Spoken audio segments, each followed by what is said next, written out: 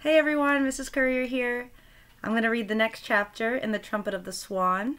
The next chapter is called Camp Kookooskoos. And since I haven't read in a little while, I'm just going to do a little bit of a recap where we last left off. We have Lewis and Sam, and they're heading out to this camp, and Lewis is going to be the trumpeter for the camp, so he's actually going to be one of the counselors. All right, so chapter 11. Camp Kookooskoos, that's a hard word to say, was on a small lake deep in the woods of Ontario, Canada. There were no summer cottages on the lake, no outboard motors, no roads with cars rushing by. It was a wilderness lake just right for the boys. Mr. Beaver left Sam and Lewis at the end of the dirt road, and they finished their journey to camp by canoe. Sam sat in the stern and paddled. Lewis stood in the bow and looked straight ahead. The camp consisted of a big log cabin where everybody ate, 7 tents where the boys and the counselors slept, the docks out front, and a privy out back. The woods closed in all around, but there was a bare spot that had been made into a tennis court, and there were plenty of canoes in which to take trips to the other lakes. There were about 40 boys. When Sam's canoe grounded on the sandy beach next to the camp dock, Lewis stepped ashore wearing his slate, his chalk pencil, and his trumpet. About 20 boys rushed down to the landing to see what was going on. They could hardly believe their eyes. "Hey, look what we have here," called one of the boys. "A bird," cried another. "Look at the size of him." Everybody crowded around Lewis, wanting to get a close look at the new camper. Sam had to push some of the boys back to keep Lewis from getting crushed. "Take it easy, will you?" said Sam. That evening, after supper, the director of the camp, Mr. Brickle, built a big campfire in front of the main lodge. The boys gathered around. They sang songs and toasted marshmallows and swatted mosquitoes. Sometimes you couldn't understand the words of a song because the boys sang with marshmallows in their mouths. Lewis did not join the group. He stood by himself at a little distance. After a while, Mr. Brickle rose to his feet and addressed the boys and the counselors. "I call your attention," he said, "to our new camper in our midst, Lewis the Swan. He is a trumpeter swan, a rare bird. We are lucky to have him. I have employed him at the same salary I pay my junior counselors, $100 for the session. He is gentle and has a speech defect. He came here from Montana with Sam Beaver. Lewis is a musician. Like most musicians, he is in need of money. He will wake you at daybreak with his trumpet. He will call you to meals, and at night, when you are dropping off to sleep, he will play taps.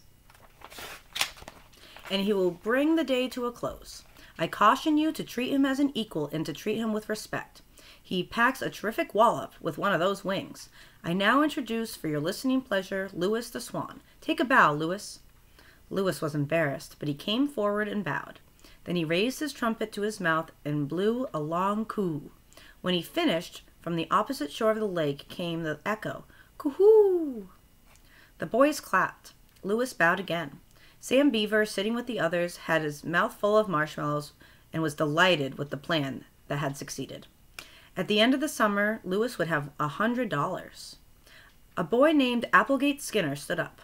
"Mr. Brickle," he said, "what about me? I don't care for birds. I never liked birds."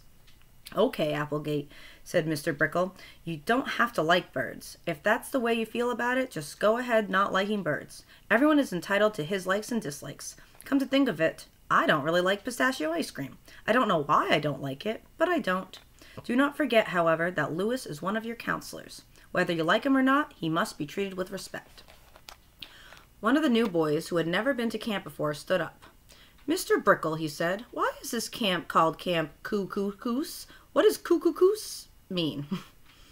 It's a Native American name for the great horned owl," replied Mr. Brickle. The new boy thought about this for a minute. "Then why didn't you just call it Camp Great Horned Owl instead of Camp Kookooskoos?" "Because," replied Mr. Brickle, "a boys' camp should have a peculiar name. Otherwise, it doesn't sound interesting. Kookooskoos is a terrific name. It is a long word, but it only has 3 letters in it. It has 2 S's, 3 K's, and 6 O's. You don't find many names as kooky as that. The crazier the name, the better the camp. Anyway, welcome to Camp Kookooskoos. It rhymes with moose. That's another good thing about it. And now it is time for everybody to go to bed. You may take a swim before breakfast tomorrow. Just jump out of bed when you hear the trumpet and race to the dock and dive in. I will be there ahead of you to do my celebrated backflip from the diving tower. It freshens me up for a hard day ahead. Good night, Lewis. Good night, Sam. Good night, Applegate. Good night, all.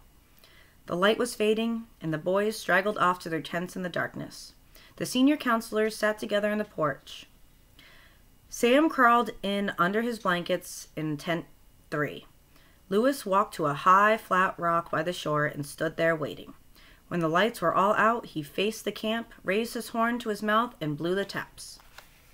The last note seemed to linger on the still waters of the lake. From their beds, the boys heard the beautiful sound. They felt sleepy and serene and happy, all but Applegate Skinner, who didn't care for birds at bedtime. But even Applegate was soon asleep, along with the others in his tent. He was asleep, and he was snoring. People who dislike birds often snore. A deep peace fell over Camp Kookooskoos. And here's the picture of Lewis playing his trumpet. And that is all for today. So tomorrow we have chapter 12, which is called A Rescue. Ooh, I wonder what's going to happen. All right. It was so nice seeing a few of you in groups today, and I'm sure I'll be seeing a lot of you in the next coming days for both reading and math groups. So, yeah, I will talk to you all soon. Bye.